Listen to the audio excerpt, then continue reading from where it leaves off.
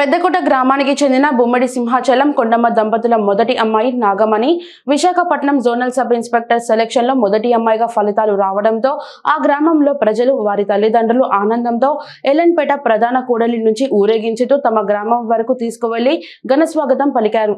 తండ్రి బమ్మిడి సింహాచలం కౌలు రైతుగా ఉంటూ కూరగాయలు పండిస్తూ గ్రామాన ద్విచక్ర వాహనంపై కూరగాయలు అమ్ముతూ వాటిపై వచ్చిన ఆదాయంతో తన ముగ్గురు పిల్లల్ని చదివిస్తూ వారిని ప్రోత్సహిస్తూ వచ్చాడు.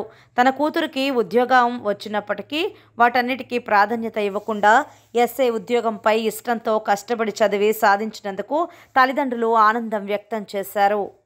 ఎల్లన్పేట మండలం పెద్దకోట గ్రామానికి చెందిన అమ్మాయిని మా నాన్న ఇది భూమి కౌలుకు తీసుకొని కూరగాయలు పండించి ఆ కూరగాయలు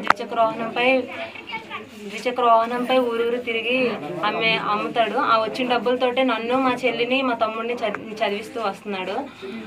నేను నా స్కూలింగ్ వచ్చేసి 1 to 5th ఎంపీపీ స్కూల్ పెద్దకోటలో చదివాను. 5th to inter second year వరకు మొత్తం ఎల్లన్పేటలో చదివాను. డిగ్రీ హిరమండలం గాయత్రి కాలేజీలో చదివాను. అండ్ ఆఫ్టర్ మై గ్రాడ్యుయేషన్ నేను కాకినాడ శామ్ ఇన్స్టిట్యూట్కి వెళ్ళి 2.5 years అక్కడే ఉండి చదివి ఎస్ఐగా మొదటి అటెంప్ట్లోనే 225 మార్క్స్తో సెలెక్ట్ అయ్యాను. సివిల్ ఎస్ఐగా సెలెక్ట్ అయ్యాను Zone 1 కేటగిరీకి. నెక్స్ట్ మా పెద్దనాన్న అమ్మ నాకు వద్దు కానిస్టేబుల్ వద్దు, నాకు ఎస్ఐఏ కావాలి అన్నాడు. గిఫ్ట్ ఇచ్చేసాను మా పెద్దనాన్నకి.